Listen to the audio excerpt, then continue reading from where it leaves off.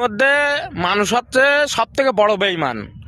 সৃষ্টির সেরা মানুষ, সৃষ্টির সেরা যদি বেঈমান না হতো তাহলে আদালত, কোর্ট, হাইকোর্ট, সুপ্রিম কোর্ট এসব কিছু হতো না, কাগজ কলম কিছু হতো না। কেন? মানুষের মুখের কথায় সবাই বিশ্বাস করতো।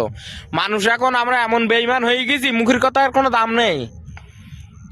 মুখের কথায় মানুষ এখন বিন্দু পরিমাণে কেউ বিশ্বাস করবে না। আপনার বাপ পর্যন্ত বিশ্বাস করবে না, আমার ছেলেপিলেরাও বিশ্বাস করবে না, কেউ বিশ্বাস করবে না। বলবে যে কোনো কাজ করতে গেলে কাগজ কলম দিয়ে সই করে দাও, তারপর কি প্রমাণ হিসেবে ওইটাই থাকবে। মুখের কথায় কোনো দাম নেই। তাহলে মানুষ আমরা এখন কত বড় বেঈমান হয়ে গেছি, তাহলে একবার চিন্তা করে দেখেন। আমরা নিজেকে মানুষ দাবি করি, অথচ আমরা মানুষের যে কর্ম সেই কর্ম করি না। যার কর্ম ভালো তার ধর্ম ভালো আমার মনে হয়। যদি কথাটা যদি ভালো লাগে অবশ্যই শেয়ার করবে ভিডিওটা, আর কমেন্টে জানাবে। যার কর্ম ভালো তার ধর্মও ভালো। আপনার কর্ম যদি ভালো না হয়, আপনার ধর্মও ভালো না, আপনার কোনো দিন নেই।